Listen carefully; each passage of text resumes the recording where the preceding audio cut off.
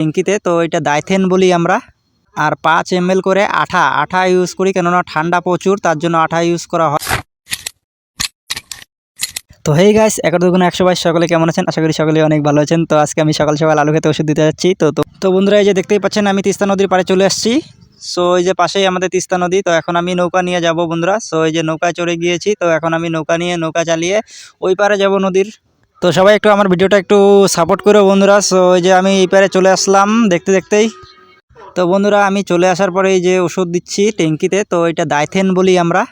আর 5 ml করে আঠা use করি, কেননা ঠান্ডা প্রচুর, তার জন্য আঠা ইউজ করা হয়। আর এই যে একটা আমি সাদা পাউডার দিচ্ছি, এটার নাম অ্যান্ডাকল বন্ধুরা। তো এটা ভিটামিনের কাজ করে আর কি গাছের।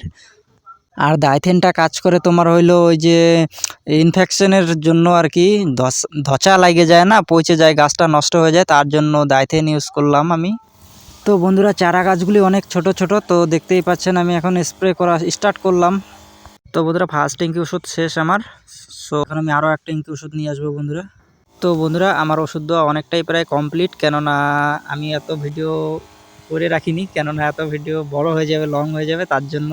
সো আজকের মতো বন্ধুরা এ পর্যন্তই ভিডিও, কেননা আমার ওষুধ দেওয়াটা কমপ্লিট। সো আরেক জায়গায় যাইতে হবে এখন কাজ করার জন্য। তো আবারও নেক্সট ভিডিওতে তোমাদের সাথে দেখা হচ্ছে বন্ধুরা। ততক্ষণ টাটা, বাই বাই।